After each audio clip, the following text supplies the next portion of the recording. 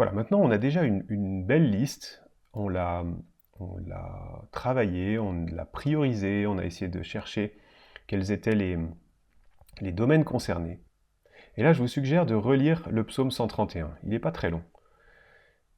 Et peut-être vous poser cette question, est-ce que vous êtes en train de vous lancer dans des projets trop élevés pour vous? Est-ce que, comme David, vous pouvez dire que vous n'avez besoin que de Dieu et que vous vous sentez comme l'enfant sevré dans les bras de sa mère? Ça veut dire quoi? Ça veut dire que vos projets ne sont pas une fuite ou une condition pour vous sentir utile, pour vous sentir accepté, pour vous sentir vivant, etc. Relisez ce psaume 131 et essayez de voir si ça vous parle, si quelque chose vous touche. Est-ce que Dieu veut vous dire quelque chose là-dessus? Et puis ensuite, vous pouvez commencer à creuser la motivation qui se cache derrière chacun des objectifs que vous avez écrits là. Vous pouvez vous inspirer de Proverbe 16, verset 2, par exemple, qui dit « Vous pouvez penser que tout ce que vous faites est bien, mais c'est l'Éternel qui apprécie vos motivations. » Alors vous pouvez justement chercher à creuser vos motivations. Est-ce que c'est la réussite, le sentiment d'accomplissement qui me motive en réalité? Est-ce que je cherche une sorte de gloire? Une gloire qui devrait revenir qu'à Dieu seul? Il y a quelqu'un qui a dit « On peut faire de grandes choses si on ne se soucie pas de savoir qui d'entre nous en aura le mérite. » J'aime bien cette phrase. Est-ce que je dois reconnaître qu'un de mes objectifs est motivé par un esprit de religiosité, un peu comme un pharisien? Est-ce que je fais les choses par culpabilité ou par légalisme? Est-ce que je cherche mon identité dans ce que je suis capable d'accomplir? Qui a pris la place de Dieu dans mon cœur? Est-ce que je suis en train de chercher ma joie ou mes plaisirs ailleurs qu'en Dieu lui-même? Est-ce que je suis motivé par les désirs de la chair plutôt que d'être soumis aux désirs de l'esprit? Est-ce que je suis motivé par la soif de sécurité plutôt que par la soif de Dieu?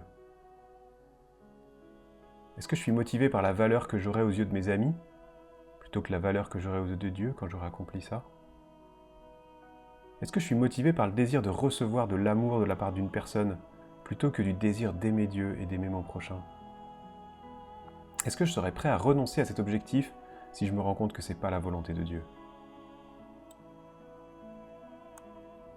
Alors priez pour arriver à définir vraiment la réussite par le fait d'accomplir tout le temps et dans tous les domaines la volonté de Dieu et pour chercher sa gloire. Priez pour que sa volonté soit faite, pas la vôtre, que son règne vienne, pas votre règne. Priez pour voir le monde comme Dieu le voit, pour aimer ce que Dieu aime, pour détester ce qu'il déteste. Priez pour désirer ardemment qu'il vous transforme, qu'il change vos désirs, qu'il change vos motivations. Alors relisez calmement tous vos objectifs, priez pour que Dieu vous éclaire.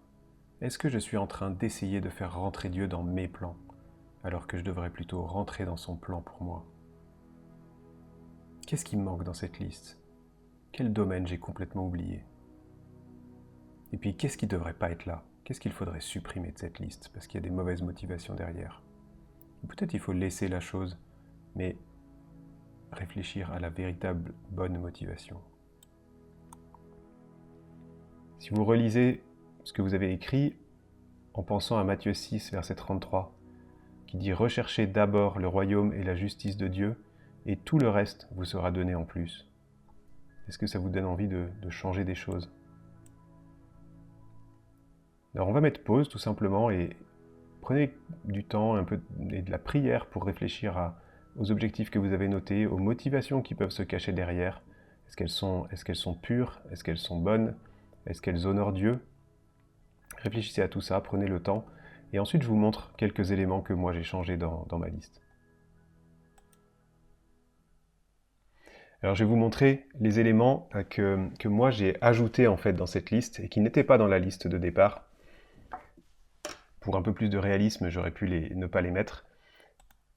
C'est cela par exemple. Reconnaître mes sentiments, reconnaître mes limites et mes faiblesses. Tout cet aspect de maturité, je ne l'avais pas du tout mis dans mes objectifs. Et du coup, pour vous montrer le processus, ben voilà, ça c'est des choses que j'ai rajoutées ensuite et que Dieu m'a montré en repensant à tout ça. Du coup, ça m'a fait ajouter aussi celui-là, donc l'objectif, le seul objectif à la journée finalement. Et je me suis dit, bah finalement, pouvoir connaître mes limites et mes faiblesses, il va falloir qu'à un moment, je me pose pour essayer de les découvrir, mes limites et mes faiblesses. Parce que vous savez, quand les gens vous disent tiens, toi, quand même, tu t'énerves vite, ou tu fais... voilà, dès qu'il y a un reproche, on a vite envie de trouver des excuses et de ne pas être d'accord. Et voilà, je me suis dit, il faudrait une journée une journée spéciale où je vais demander...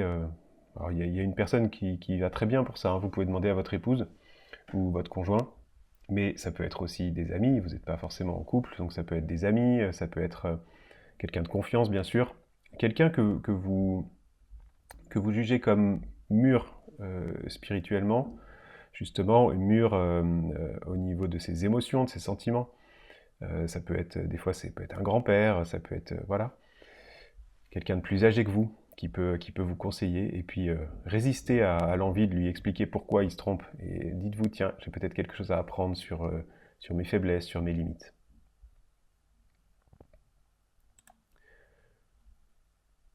Un autre item que j'ai rajouté, c'est avoir un vrai temps de repos hebdomadaire. Et c'est vrai que ça, j'y avais pas pensé. Moi, j'avais mis plein d'objectifs, plein de trucs à faire. Et je me suis dit, mais si je veux pouvoir faire tout ça, il faut que j'ai des temps de décompression, il faut que j'ai des temps que je prends avec Dieu, qui soient vraiment des temps de repos, de relâchement, d'écoute, avoir le temps de ralentir pour vérifier que je ne vais pas dans le mur. Et voilà, je me suis dit, il faut que je fasse ça au moins une fois par semaine. Et un autre point, c'est confronter les gens qui abusent. Et là, je me suis dit, en réfléchissant à ça, je me suis dit, mais qu'est-ce que je veux faire réellement là? Est-ce que je veux devenir quelqu'un d'autre, quelqu'un qui réagit, qui se met en colère et en fait, je me suis dit, c'est mal exprimé. Donc, c'est pas vraiment quelque chose que j'ai enlevé, mais plutôt que j'ai réécrit. Et je me dis, finalement, je veux faire preuve de maturité en étant clair sur ce que je préfère. Savoir dire oui ou non, sans détour et sans regret. Pas forcément m'énerver quand les gens abusent de moi. Entre guillemets, s'ils abusent de moi, c'est probablement que je les laisse faire. Donc être très clair et sans partir en colère ou sans développer d'amertume, de pouvoir dire ce que je veux, ce que je préfère, et réfléchir avant d'accepter quelque chose ou de refuser.